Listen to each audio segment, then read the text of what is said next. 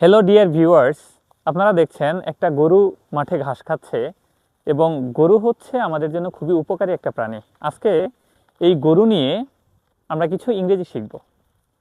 গরু হচ্ছে একটা গৃহপালিত পশু। The cow is a domestic animal. গরুটি মাঠে ঘাস খাচ্ছে। The cow is grazing in the field. গরুর চারটা পা, দুইটা কান এবং একটা লম্বা লেজ আছে। The cow has 4 legs, 2 ears and a long tail. গরু ঘাস খেয়ে জীবন ধারণ করে।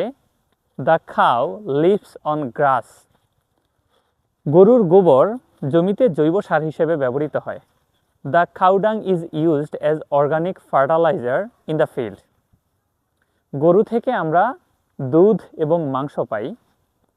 We get milk and meat from cows. গরু হচ্ছে খুবই নিরীহ এবং শান্ত প্রাণী। The cow is a gentle and harmless animal. ঠিক আছে, আজকে এ পর্যন্তই। সবাই ভালো থাকুন। আল্লাহ হাফেজ।